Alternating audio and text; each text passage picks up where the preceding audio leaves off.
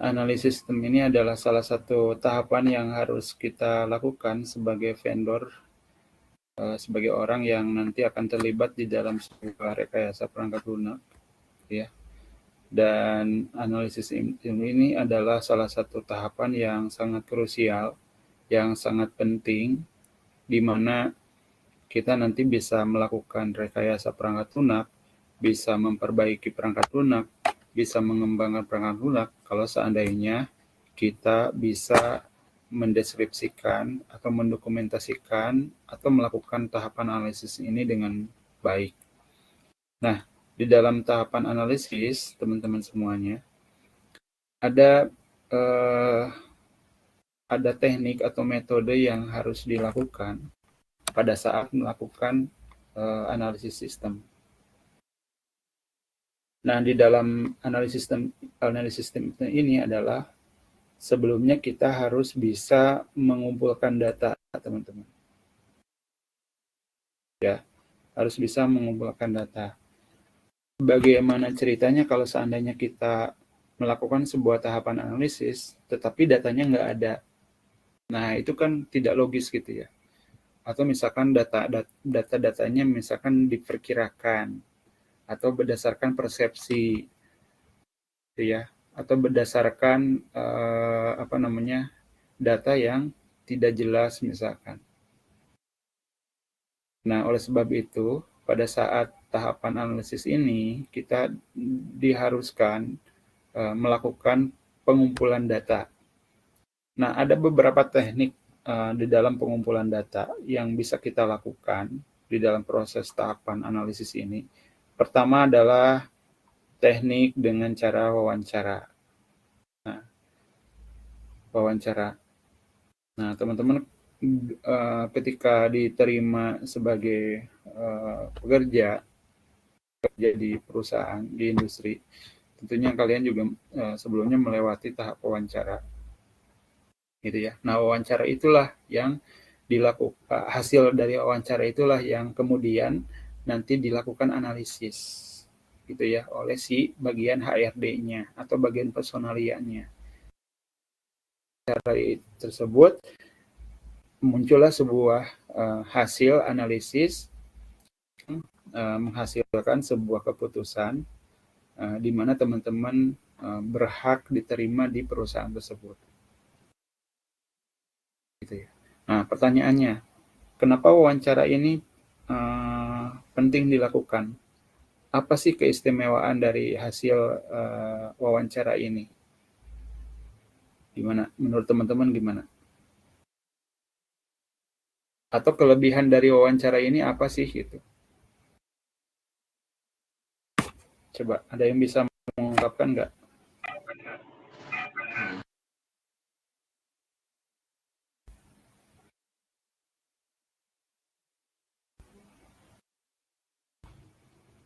Oke, apa? Teman-teman boleh diketik di komentar, di chat ya, atau boleh langsung diungkapkan lewat voice. Silakan. Nah, kelebihannya apa? Kelebihan dari wawancara ini? Dapat mengumpulkan informasi, Pak. Dapat mengumpulkan informasi. Tadi siapa sih? Aep ya? Atau Haikal? Dapat mengumpulkan informasi, ya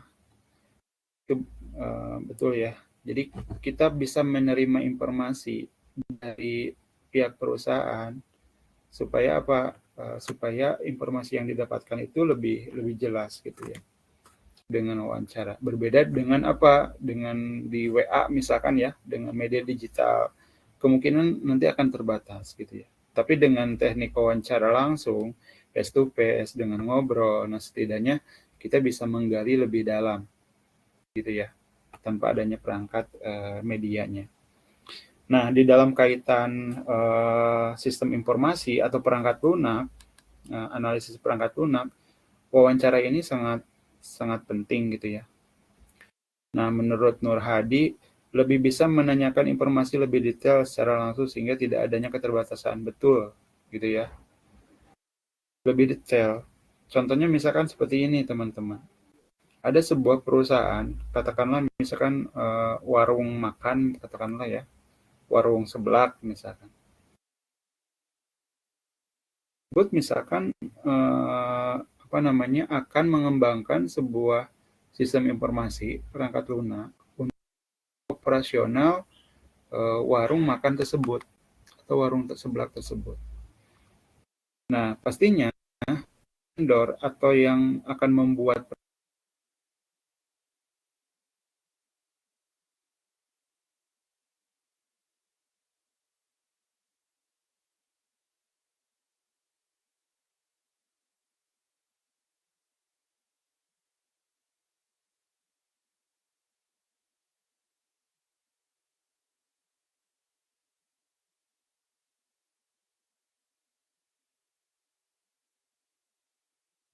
cek. Nah, ada lagi suaranya ya. Oke, kita ulangi lagi ya. Nah, si orang programmer atau yang merekayasa perangkat lunak, kita tidak bisa tiba-tiba membuat perangkat lunak untuk si warung makan tersebut secara tiba-tiba tanpa adanya data-data yang sesuai dengan kebutuhan si warung makan tersebut. Nah, kepada siapa sih ini harus menggali data terkait dengan wawancara ini? Pertama, misalkan ke pemilik warung. Nah, kita sebagai vendor yang nanti akan membuat perangkat lunak, nah, kita juga harus meminta keterangan dari si pemilik warung tersebut. Keinginan dari si warung tersebut apa sih gitu? Nah, saya yakin pasti akan banyak gitu ya, akan secara detail dia menjelaskannya. Kemudian kepada siapa lagi? Pengguna sistem misalkan. Pengguna sistem itu ada siapa saja?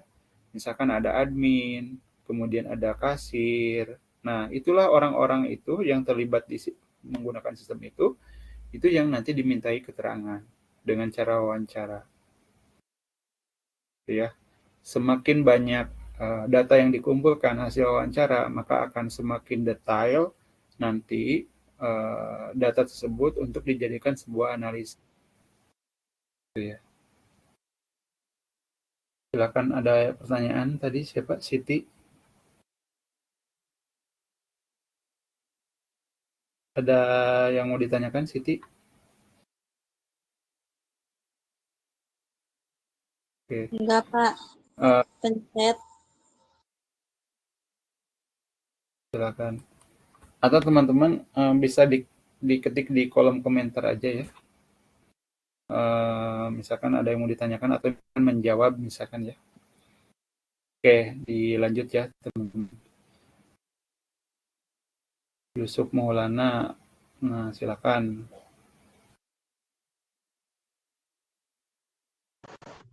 Enggak, Pak, itu kepencet, Pak. Oh, kepencet, oke. Lanjut ya. Wawancara ini adalah semakin kita banyak pertanyaan untuk dijadikan wawancara, maka akan semakin detail hasil informasi yang akan didapatkan, gitu ya. Jadi nanti hasil dicatat kemudian dijadikan laporan. Nah, itu kelebihannya teman-teman. Kita bisa memintai keterangan secara langsung, kemudian informasinya akan secara detail gitu ya. Nah, itu kan kelebihannya. Sekarang teman-teman, kekurangannya apa kalau di wawancara? Silakan, boleh diketik komentar atau boleh menjawab secara langsung. Kekurangan dari teknik wawancara ini apa? Silakan teman-teman. Kalau tadi kelebihannya, kemudian kekurangannya apa? Nah, kita membayangkannya adalah ketika proses pengumpulan data ini untuk membuat sebuah sistem komputer lah, katakanlah seperti itu. Nah, mohon teman-teman bayangkan, teman-teman nanti di semester akhir akan ada kerja praktek, kemudian ada studi kasus gitu ya, skripsi. Nah, di mana teman-teman nanti tahapan ini akan dilakukan. Teman-teman nanti diminta untuk bikin sistem informasi di perusahaan misalnya, atau di tempat usaha. Nah, kalian kan tidak bikin informasi secara tiba-tiba, pasti kan wawancara dulu ke pemilik dan segala macamnya. Nah, jadikan teman-teman ini sebagai persiapan, gitu ya, teman-teman untuk nanti bisa dilakukan pada saatnya di semester akhir. Nah, kekurangannya menurut Nur Hadi, kurangnya tidak bisa melihat atau memperagakan, jadi hanya bisa bertanya dan mendengarkan. Betul, karena wawancara mah hanya apa namanya, hanya bicara aja gitu ya, face to face gitu ya. Tidak bisa mempraktekkan. Nah, kalau untuk dipraktekkan, mungkin nanti bisa di teknik yang kedua, yaitu teknik observasi. Silakan, yang lainnya. Kekurangan dari teknik wawancara apa? Silakan. Tuliskan. Semuanya harus berkomentar ya. Yusuf, sedikit susah ketika penggalian informasi, karena ada beberapa informasi yang menurut narasumber bersifat pribadi. Betul. Itu yang apa namanya, yang sering terjadi di lapangan. Gitu ya. Kadang-kadang si lawan pewawancara itu tidak bisa mengungkapkan gitu ya, tidak bisa mengutarakan. Dan itu juga kadang-kadang ketika teman-teman diskusi dengan teman-teman semua, misalkan kalian diskusi dengan orang lain atau dengan pasangan Anda, misalkan kadang-kadang, waduh, saya lupa, harusnya tadi saya ngomong ini. Wah, saya lupa, harusnya tadi disampaikan ini.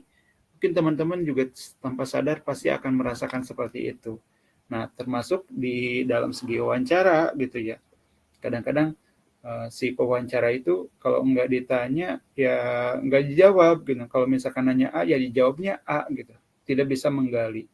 Nah, itu menjadi tantangan tersendiri bagi si pewawancara bagaimana supaya bisa menggali informasi lebih detail gitu. Gitu ya. Jadi jangan sampai apa namanya dari hasil diskusi tadi bisa bisa memperlebar. Nah, otomatis teman-teman tantangannya kalau seandainya dihadapkan dengan posisi cek tes suara.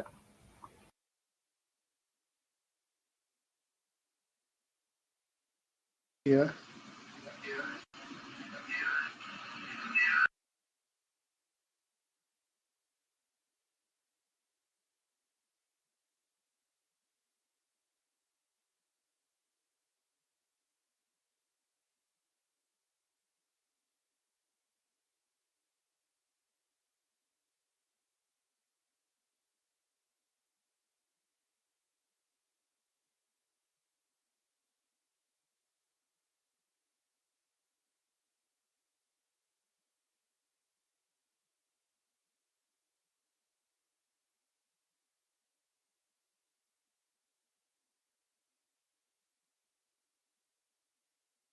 Cek sound, cek.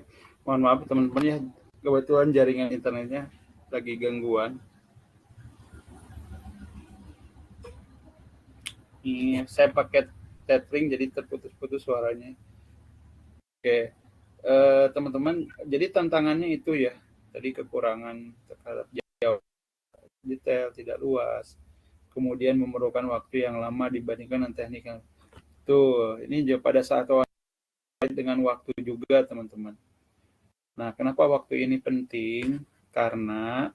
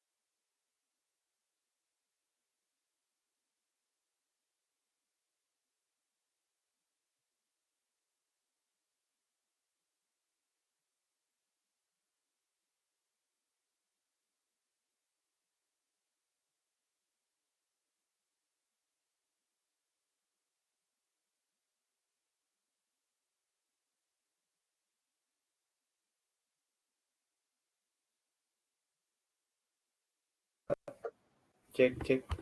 Oke. Suaranya terdengar lagi, teman-teman? Sudah, Pak. Ada, Pak. Oke. Ya, saya ganti jaringan tethering ya. Oke, lanjutkan. Nah, yang terakhir itu terkait dengan waktu, teman-teman. Nah, kadang-kadang waktu ini juga tidak fleksibel, teman-teman. Teknik wawancara ini karena akan akan melibatkan sumber daya, dalam hal ini misalkan pemilik, kemudian bagian kasir, kemudian ada bagian admin, bagian gudang, kemudian bagian HRD. Nah, tidak semua narasumber yang akan dijadikan wawancara itu bisa meluangkan waktu, gitu ya. Bisa meluangkan apa? Karena akan mengganggu jadwal operasional pelayanan di perusahaan tersebut. Nah,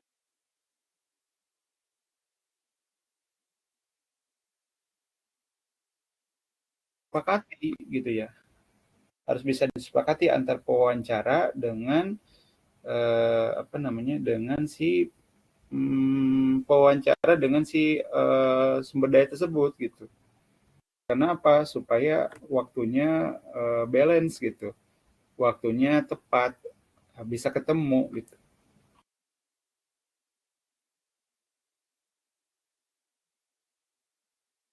Gitu ya. Jadi antara waktu mungkin wawancara ini harus bisa disepakati gitu ya. Supaya apa? Supaya tidak mengganggu jadwal operasional gitu ya.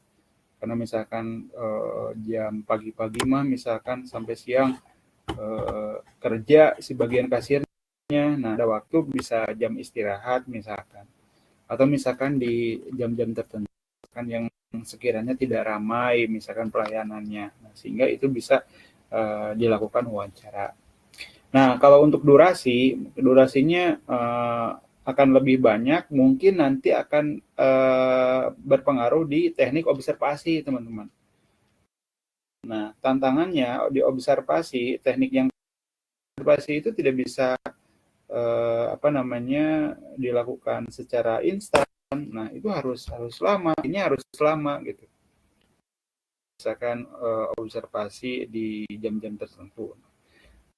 Nah, observasi itu apa sih? Nah, observasi itu kita memperhatikan, melihat secara langsung yang terjadi di proses pelayanan di warung makan itu seperti apa sih gitu. Itu observasi. Contoh misalkan mau bikin sistem kasir. Nah, kita kan jadi harus melihat gimana sih proses pelayanan kasir, pelayanan si pelanggan terhadap kasir misalkan. Kasir ke pelanggan gitu ya. Nah, ada kendala-kendala? Nah, kita kan bisa mengamati kalau seandainya bisa observasi, melihat secara langsung. Nah, ketika misalkan melihat observasi, itu tidak mungkin kita melihat hanya 1 kali, 2 kali. Kalau misalkan yang pesannya menunya misalkan ada 30 varian makanan misalkan. Nah, itu apa yang terjadi di kasir? Oh, ternyata pun misalkan dibatasi sampai 10 baris. Gimana cara membuat notanya? Nah, itu kan kalau lebih dari misalkan itu apa yang terjadi? Nah, kita kan jadi bisa melihat hasil observasinya apa. Nah, dari observasi pun kita bisa menyinkronkan berdasarkan hasil wawancara. Dari wawancara tadi, nah benar gak ketika dilihat secara langsung? Nah, itu dilihat dari observasi, teman-teman. Nah, mungkin kendalanya tadi waktunya bisa relatif lebih gitu ya. Nah, kemudian yang kedua, misalkan bisa aja mengganggu terhadap proses pelayanan, gitu ya. Nah, lagi ada yang lagi ada pelanggan, ini malah malah diperhatikan atau misalkan seperti apa. Nah, itu kan jadi keganggu gitu ya. Nah, itu tantangannya ya kita juga harus bisa sefleksibel mungkin nanti untuk mengatur jadwal observasi. Nah, yang ketiga, teman-teman, teknik yang ketiga ini adalah kuesioner. Nah, menurut teman-teman kuesioner ini apa? Pernah ngisi kuesioner? Pertanyaan, Pak. Apa kaitannya kuesioner ini terhadap pengembangan sistem? Gimana? Maaf, Pak, suaranya putus-putus. Oke, silakan. Oke, cek. Ada lagi nggak? Ada ya? Teman-teman semuanya, kelebihan dari kuesioner ini apa pada saat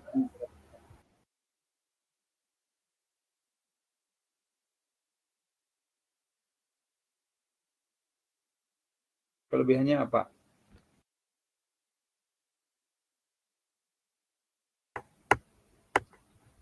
Yo, kelebihan dari teknik kuesioner ini apa? Kuesioner ini dibagikan kepada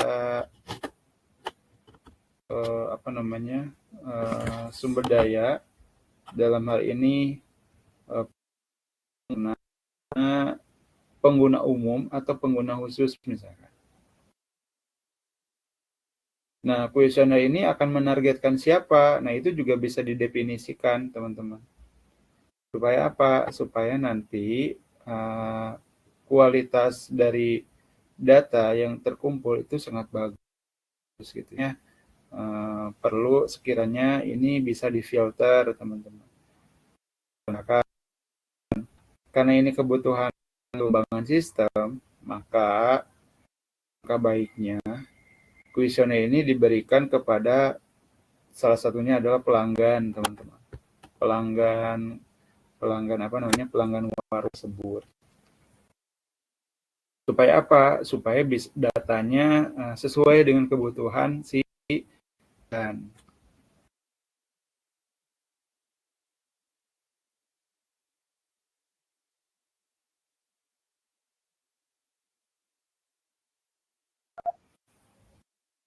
nah, kelebihannya apa sih kuesioner ini?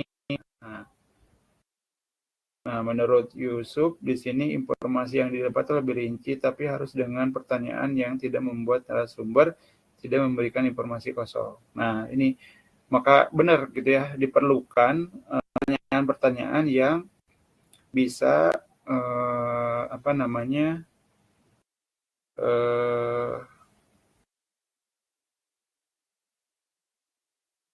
yang bisa mendorong si narasumber ini untuk bisa mengisi kuesioner ini. Gitu. Jenis pertanyaan pun ya harus kita sesuaikan. Contoh misalkan kuesioner. Jangan sampai membuat kuesioner yang meminta narasumber untuk mengisi jawabannya secara deskripsi misalkan. Atau berdasarkan paragraf. Nah, jangan sampai seperti itu. Biasanya akan malas gitu. Jadi nanti si kuesioner itu dibikin pengisiannya cukup menggunakan skala Likert, teman-teman. Contohnya misalkan baik, buruk, sangat buruk, netral, baik, sangat baik, misalkan. Dibikin skala, teman-teman. Bagaimana keinginan Anda ketika sistem ini digunakan dua platform, misalkan Android dan iPhone, iOS misalkan. Nah, itu kan kalau menurut Anda kan bisa aja kan deskripsi map itu kan mengundang si narasumber buat malas ngapain ngisi kuesioner ini, harus ngisinya, harus ngetik gitu. Jadi ketika ada pilihan, teman-teman, pilihannya misalkan baik sekali, nah jadi cuma diklik gitu, itu kuesioner. Jadi kualitas pertanyaan itu akan berpengaruh terhadap hasil dari jawaban kuesioner. Jadi teman-teman nanti agar bisa dibatasi saja.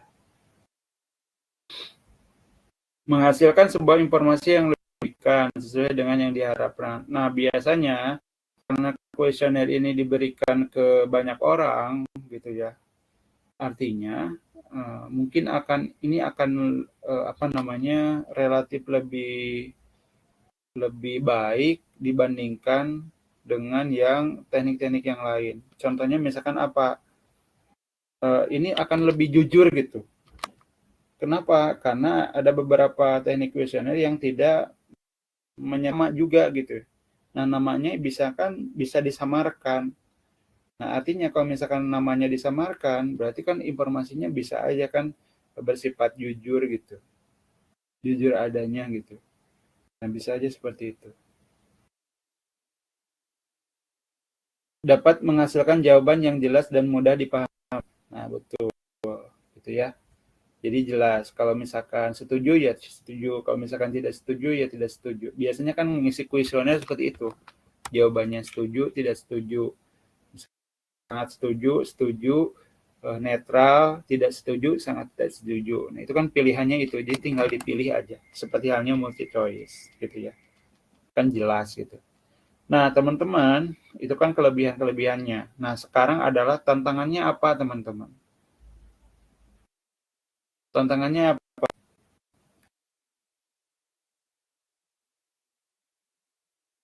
Yo, tantangannya apa? Hasil kuesioner ini, dari hasil kuesioner ini.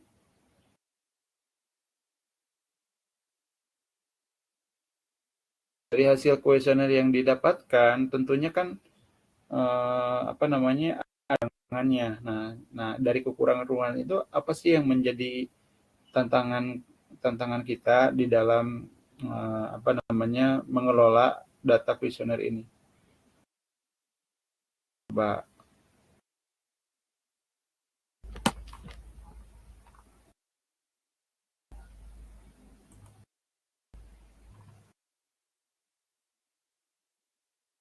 Kuesioner. Nah, kuesioner ini bisa bisa dikategorikan juga ya. Nanti seperti apa tergantung dari si keinginan dari si tempat usahanya gitu. Kuesioner ini akan sifatnya umum atau orang-orang tertentu saja gitu. Misalkan orang yang pernah ke warung makan tersebut misalkan. Nah, ini menurut Hadi tidak bisa melihat apa penyebabnya atau dari pilihan tersebut sehingga kesulitan untuk mengembangkan jika terjadi hal yang tidak sesuai. Nah, betul gitu ya, karena data kuesioner itu sifatnya hanya data mentah gitu. Kita tidak apa sih alasannya, apa sih dampaknya, apa sih sebabnya milih setuju, milih tidak setuju, apa sih alasannya itu tidak bisa dijelaskan kalau di kuesioner. Dan itu menjadi tantangan sendiri. Nah, sehingga dari hasil data kuesioner itu sebetulnya karena data mentah, makanya harus diolah. Jadi hasil kuesioner itu sebetulnya bukan keputusan gitu ya. Karena kan datanya banyak gitu ya. Datanya banyak, jawabannya banyak. Kita tidak bisa menjustifikasikan bahwa data kuesioner dari si narasumber A itu akan sesuai dengan akan dilakukan untuk mengembangkan sistem. Enggak seperti itu gitu ya. Tetapi harus diolah terlebih dahulu, teman-teman. Supaya apa? Supaya bisa kita tahu, oh ternyata kesimpulan data kuesioner tersebut, oh ini nih baiknya atau usulan-usulan untuk mengembangkan sistemnya. Berdasarkan apa? Berdasarkan data-data yang ada di dalam kuesioner. Muncullah nanti persentase gitu ya. Persentase, oh ini nih yang harus dikembangkan, harus ini nih kata kuesioner, oh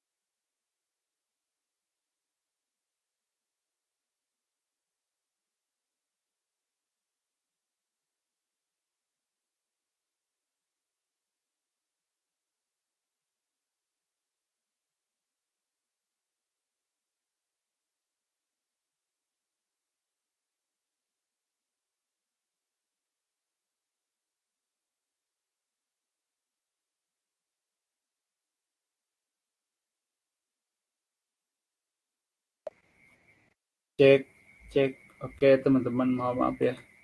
Ini jaringannya lagi kurang stabil ya. Saya pakai tethering ya. Wifi-nya sedang gangguan, teman-teman. Masih terdengar suaranya? Aman. Terdengar. Oke, kita lanjutkan. Nih jawaban dari Yusuf ya. Hasilnya bisa hanya berupa opini dari kita ketika mengumpulkan data, sehingga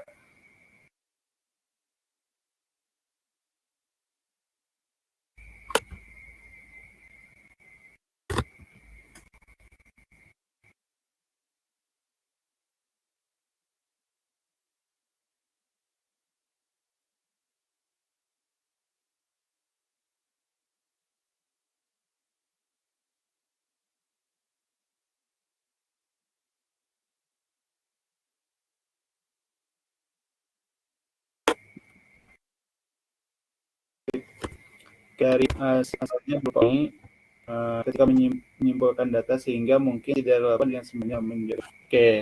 Nah, tidak sedikit juga bahwa yang memberikan jawaban itu ngasal-ngasal juga.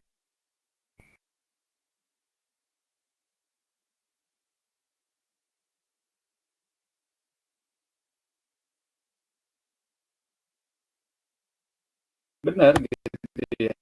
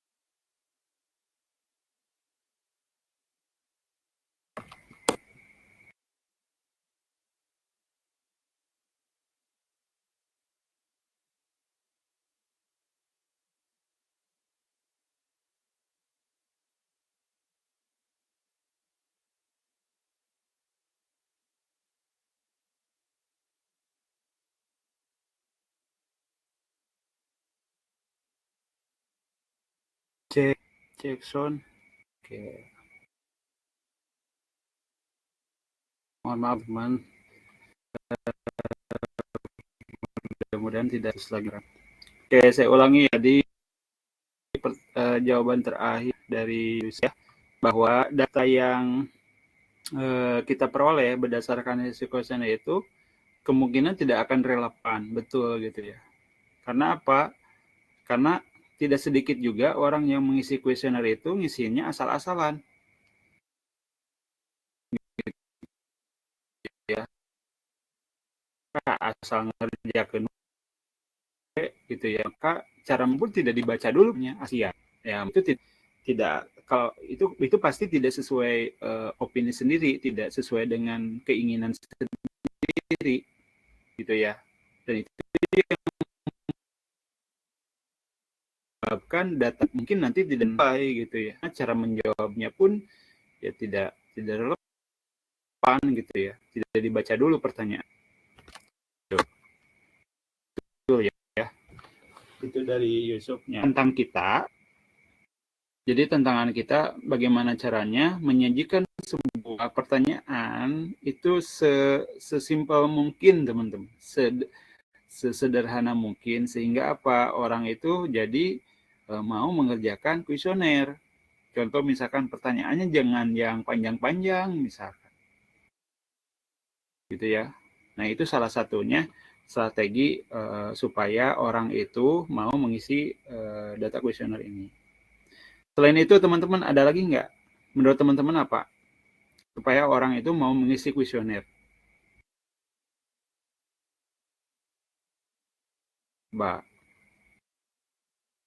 contohnya apa? Supaya si narasumber itu atau yang mengisi kuesioner itu mau mengisi gitu, dan dengan opini sendiri gitu, dengan apa namanya, dengan benar gitu, mengisikannya dengan benar, tidak ngasal-ngasalan gitu. Nah, strategi atau tantangannya yang solusinya kayak gimana supaya apa? Supaya yang kuesioner ini bisa diisi dengan baik gitu. Mbak, ada yang punya pandangan nggak? Oh, seperti ini Pak, misalkan. Silakan diketik di komentar ya. Menggunakan yang bahasa simpel dan tidak terlalu banyak pertanyaan, betul, gitu ya. Jadi bahasanya dibikin nyaman aja, dibikin simpel gitu ya. Dan tidak boleh ada jawaban deskripsi. Jadi ngetik sendiri gitu, atau misalkan dalam satu paragraf misalnya, jangan gitu ya. Karena saya yakin teman-teman mungkin ada yang pernah mengisi kuesioner misalkan ya, itu ngisinya sampai 15 menit teman-teman. Saya juga pernah ngisi kuesioner tapi lama sekali, 15 sampai 20 menit saya pernah gitu. Sehingga apa? Sehingga saya juga agak apa ya, agak menyita waktu juga, sehingga ampun ini sesat gitu ya, sering kali. Jadi kualitas dari pertanyaan dan juga bisa mengisi kuesioner ini diberikan benar, ini yang saya akan sebutkan, diberikan reward, saya akan menyebutkan reward. Nah, diberikan reward. Nah, pernah ada di beberapa yang mengisi kuesioner ini akan dapat akan dapat gift, misalkan hadiah, misalkan voucher kuota misalkan, atau uang sejumlah 1 juta untuk 10 orang pemenang misalkan. Nah, dikirim ke atau misalkan kalau untuk kebutuhannya misalkan di perusahaan tersebut, nah apa sih yang bisa diberikan tersebut, misalkan nah itu juga bisa jawabannya ya. Nah, itulah teman-teman beberapa pengumpulan data yang bisa kita lakukan untuk melakukan sebuah analisis sistem. Jadi kita bisa menganalisis sistem kalau seandainya ada data-data ya, misalkan yang dikumpulkan, baik itu hasil wawancara, observasi gitu ya, kemudian dari kuesioner dan lain-lainnya. Nah, menurut teman-teman di antara ketiga ini ada gak yang perlu kita tambahkan? Teknik pengumpulan apa? Ada gak tambahan teknik pengumpulan dokumen apa yang bisa kita lakukan selain dari ketiga teknik ini? Mbak, ada gak?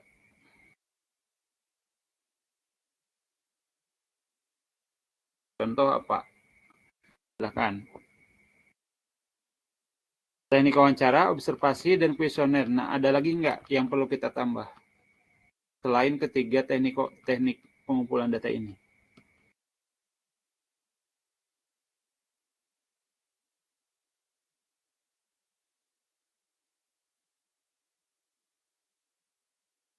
Contohnya apa?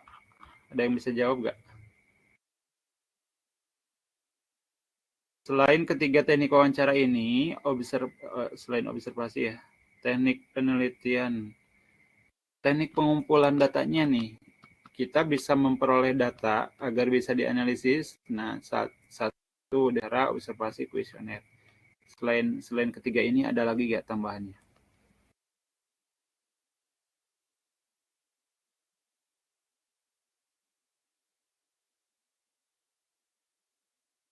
Nah, tadi saya di kasusnya adalah akan membuat sistem kasir, ya, akan membuat sebuah sistem kasir. Nah, kira-kira kita perlu nggak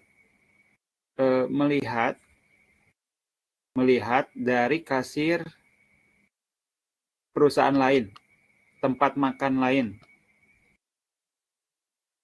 Nah, contohnya teknik apa itu tuh? Jadi supaya ada pembanding. Nah,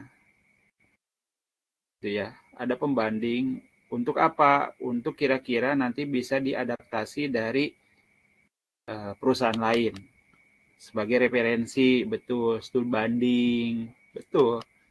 Nah, itu namanya teman-teman teknik pengumpulan data survei.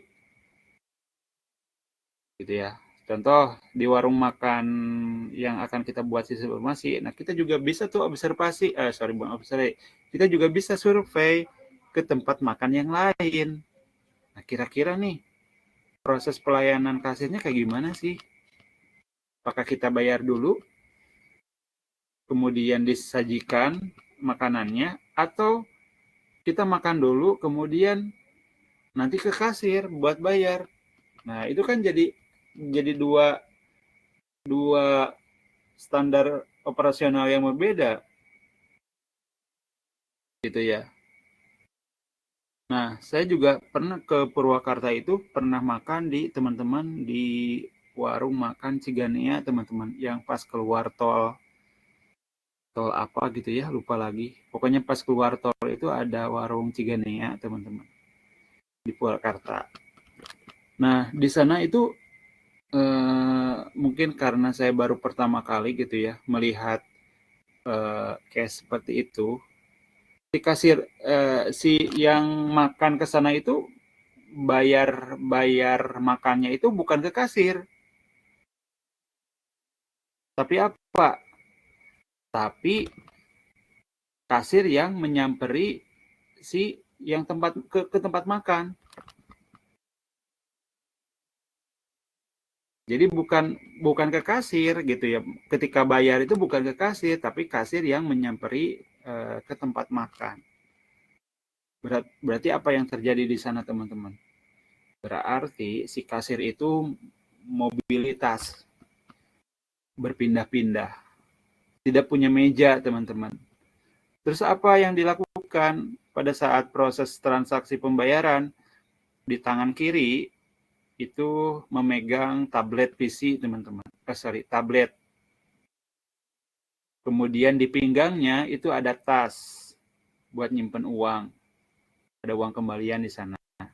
Kemudian di samping kiri, di samping kirinya pinggul gitu ya, itu ada printer, teman-teman. Ada printer mini, ada printer portable, gitu. Jadi tinggal di printnya di sana gitu. Jadi pertama itu si pelanggan itu datang, disambut, kemudian diarahkan ke tempat duduk yang kosong sebelah sana gitu atau sebelah sini gitu ya. Kemudian makanannya disajikan, kemudian setelah beres, kelihatannya sudah beres, sudah ngobrol-ngobrol gitu ya, baru nanti disamperin sama si kasirnya gitu. Itu salah satu bentuk pelayanan yang mungkin saya belum pernah melihat di di warung-warung makan yang lain gitu. Nah, itu beda, teman-teman. Nah, nanti teman-teman kalau ada kesempatan boleh dicoba tuh buktikan sendiri gitu ya. Itu yang terjadi di warung Cigania yang pas keluar tol Purwakarta gitu ya, kalau nggak salah gitu ya. Tapi nama keluar exit tolnya saya lupa. Nanti teman-teman cari informasi aja. Nah, itu beda dibandingkan dengan yang lain. Ya. Tapi teman-teman yang harus diperhatikan, meskipun misalkan ada inovasi gitu ya, itu kan inovasi gitu ya, dan itu bisa diterima oleh si pelanggan gitu ya. Itu salah satu bentuk pelayanan yang baik gitu ya. Gitu ya. Setidaknya yang makan ke sana itu tidak berdiri, tidak ngantri, kan bisa aja ngantri gitu kalau mau bayar, kalau mau pesan ngantri dulu gitu. Tapi kan tidak seperti itu gitu ya. Jadi yang makan dipersilakan untuk duduk, kemudian makan, setelah itu bayar, dan bayar pun disamperin. Dan itu salah satu bentuk pelayanan. Tapi di sisi lain teman-teman, di waktu-waktu di kesempatan yang lain, ada yang di warung makan itu kita harus ngambil makanannya. Pernah nggak kalian misalkan beli makan, kemudian dikasih dikasih semacam alat remote yang bisa memberikan notifikasi bergetar, teman-teman. Jadi kalau masakannya sudah siap, makanannya udah siap, udah tinggal makan, baru nanti si remote atau getar dan bunyi. Pernah nggak kalian contoh seperti merasakan seperti itu? Jadi kita beli makan, kemudian dikasih remote, kalau makanannya itu remote-nya bergetar. Nah, kemudian ketika sudah bergetar, kita kan diminta untuk ngambil makanannya sama minumannya.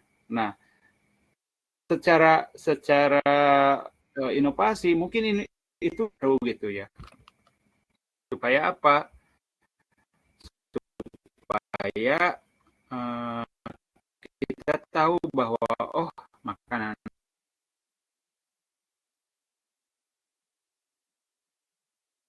saya nih, tapi jadi masalah saya harus makanan tersebut, dan yang saya terima. Kenapa saya nggak terima? Karena masa saya harus ngambil makanan saya kan ke sana buat makan. Gimana kalau seandainya pada saat saya membawa makanan tersebut, kemudian saya terjatuh misalkan. Karena apa? Karena saya nggak biasa bawa makanan banyak. Atau misalkan saya belum terbiasa. Gitu ya.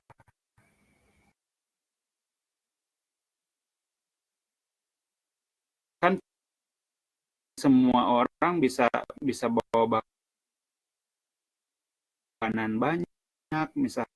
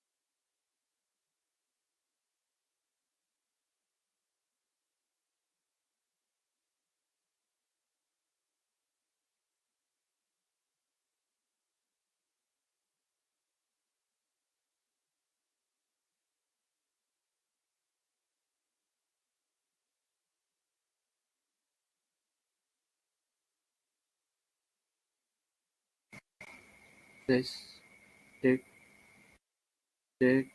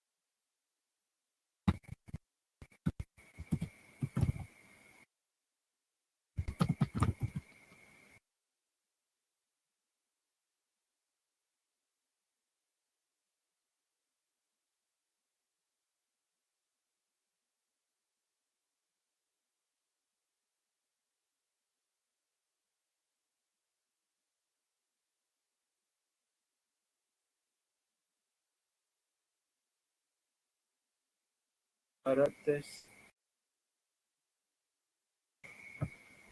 Cek.